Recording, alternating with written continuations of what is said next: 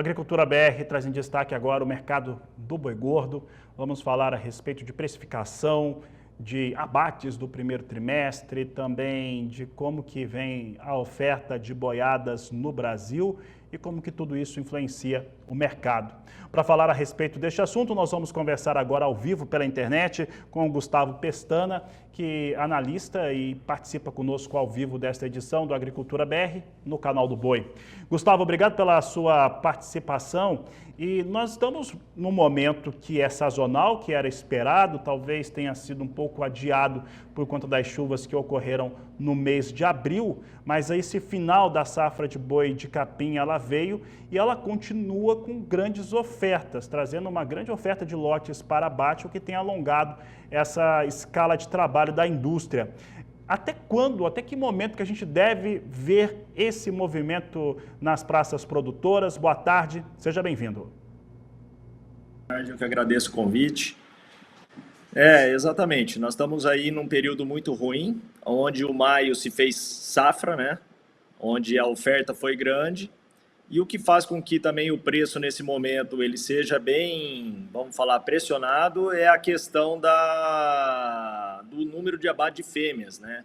Então isso aí faz com que também a arroba do boi fique pressionada ainda mais, e a gente vê uma escala longa. Na média Brasil, nós estamos trabalhando hoje aí entre 11 e 12 dias úteis, e isso faz com que haja uma pressão sobre os preços a nível Brasil.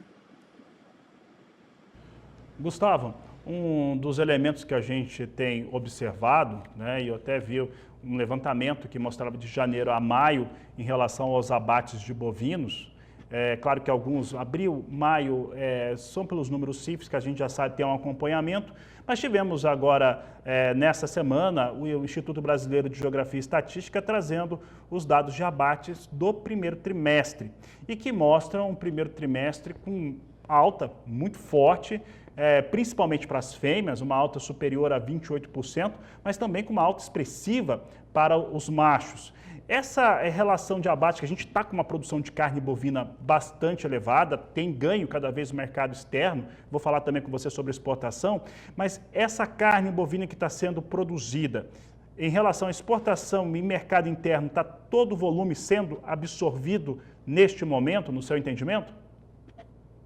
Eu acredito que sim, até porque tem essa questão de exportação que nós vamos falar ali para frente, então nós estamos com recorde aí no ano.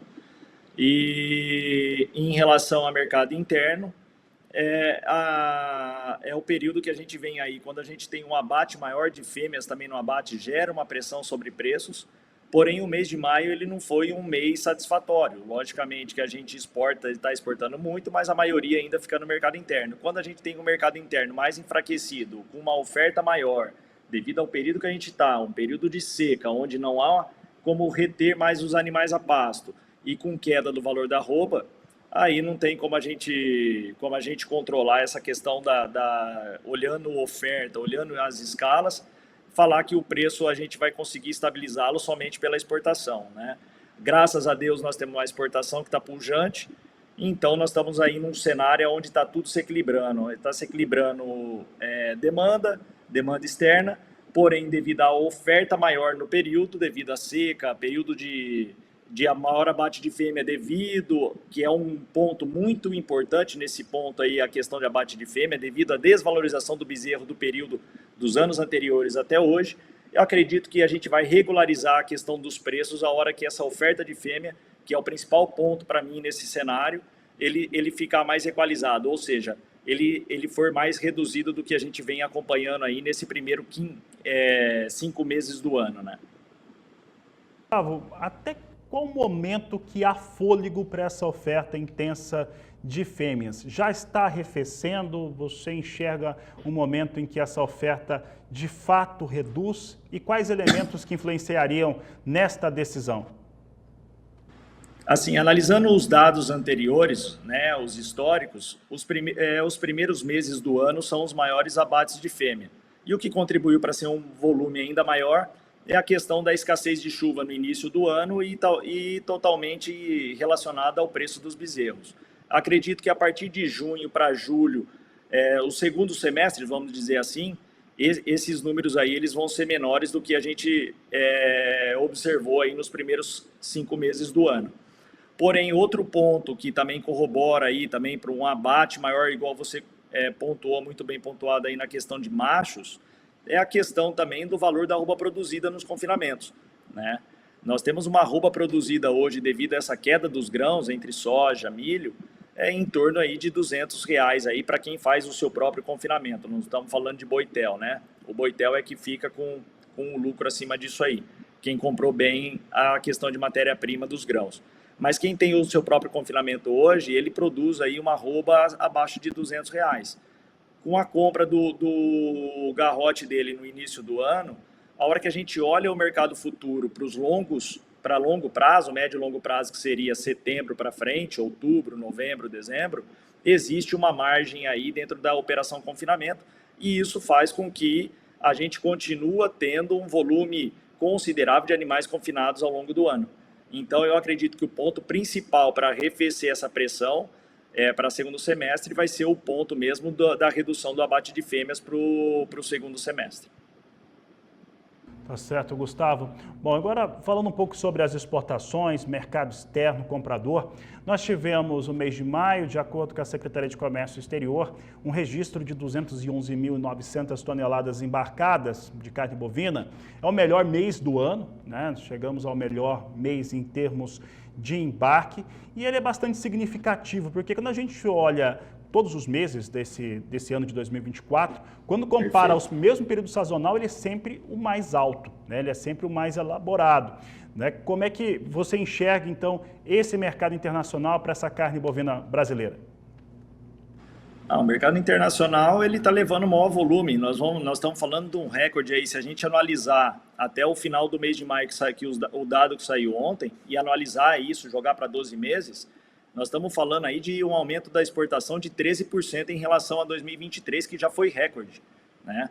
Então, em questão de volume, nós estamos levando bastante, e acredito que nós vamos continuar levando bastante, até porque os preços, nossos preços da arroba comparado ao restante do mundo, ele não tem nada comparável em relação aos nossos preços e ao volume que a gente oferta para o resto do mundo.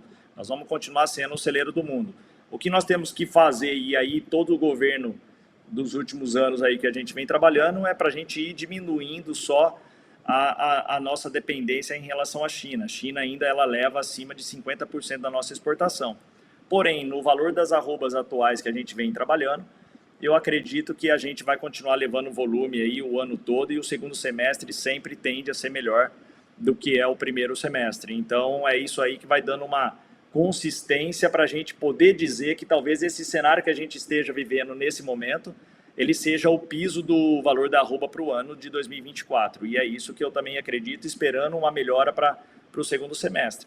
Porém, nós temos a questão do custo dessa arroba produzida, como eu mencionei no quadro anterior, e que a gente tem que ficar bem alerta, porque em questão de animais confinados, nós vamos continuar tendo um volume de animais terminados a confinamento muito grandes ao longo do ano também.